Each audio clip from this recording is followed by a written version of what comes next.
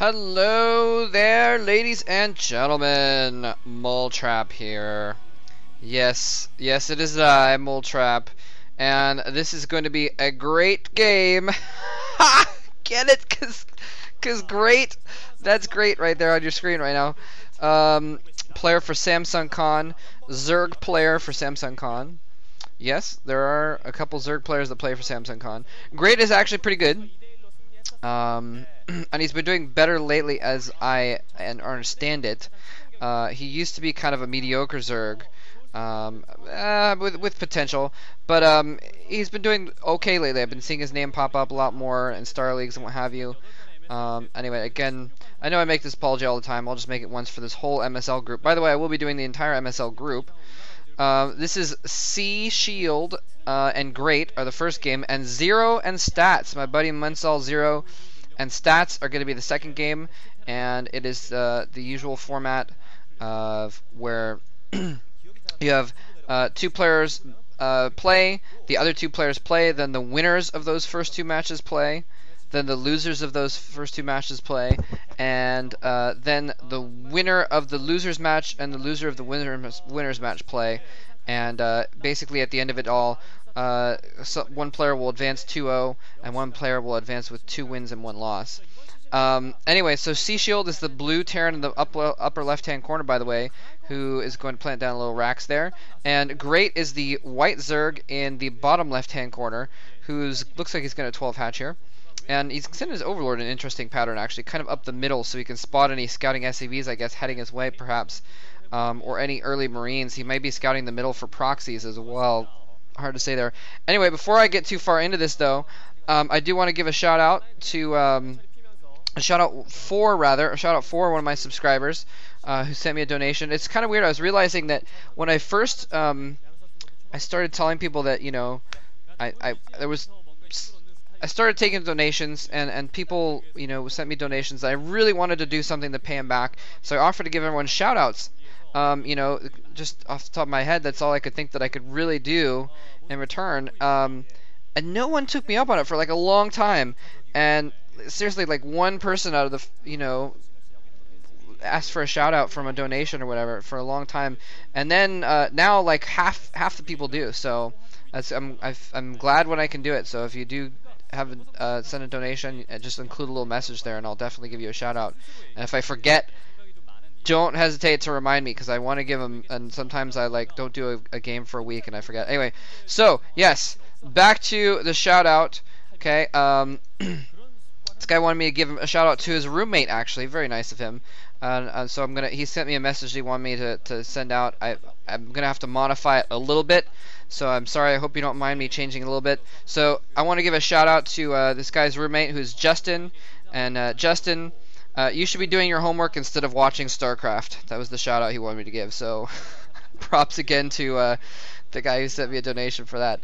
Anyway, moving on back to the game here. Yes. We got 1 racks in the command center here for Sea Shield.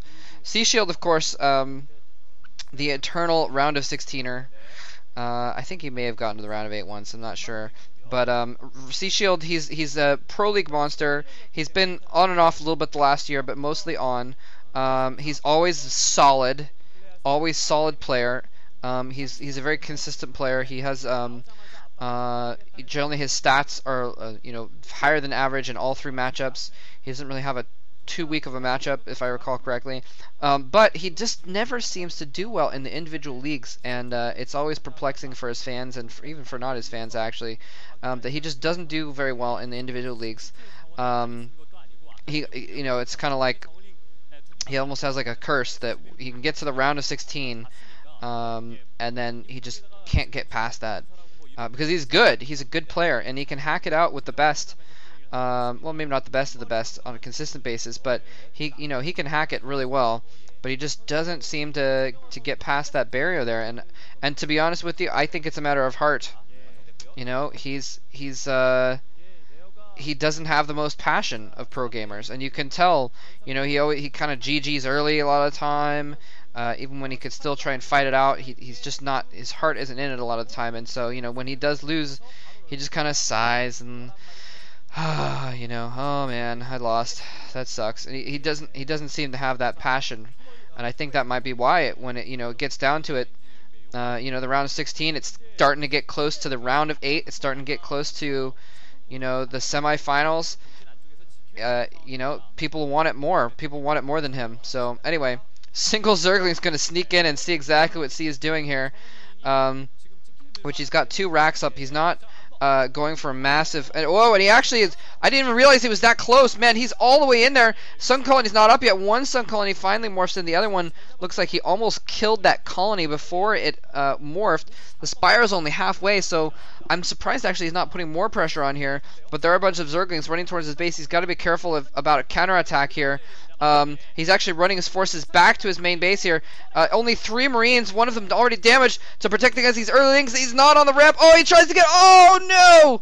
Oh man, great, had a golden opportunity there to run up that ramp, and he missed it. And he engaged the SCVs instead of just keeping running up that ramp, in which case he would have killed those Marines and would have been able to just absolutely reap havoc on C's.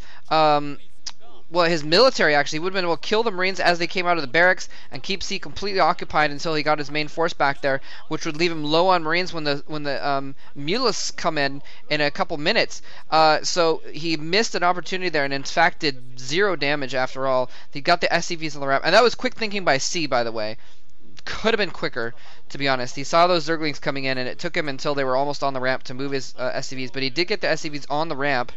And was able to block those Zerglings, so that was nicely done on his part. If he'd kept running up the ramp, it's hard to say how it would have worked out. I'm not sure if he would have been able to get in all those Zerglings. Some of them still might have gotten stopped on the ramp by those SCVs, but still, it looked like he engaged the SCVs when I think he probably should have kept running up there. Although he didn't know those Marines were there, so who knows. Anyway, Mulists are out now. He's gathering them up behind here. He's got to be careful of his rally point, though. He's got some Mulists joining up. Or maybe not his rally point, but his group point. So he is grouping up some more Mulists there, and he's decided to run in and take a few shots from turrets just for fun before actually grouping up with the rest of his Mulists. Now he's got a full group of 9 probably, and he's going to be able to move in here. He may have, actually that may be like 10 and 11 joining him right there. I'm not sure, but he's got a decent-sized group of Mulists, and he's running with Zerglings on the front. Suicide Zerglings. Whoa, Suicide Zerglings and mishandled Muta is taking some hits from that turret. Has lost at least 1 Mutalisk already to this attack. Not doing very well at all. And he's actually, what is he doing? He's got more Mutalisks there. He must have more than 11 or something like that, although he's got full health Mutalisks.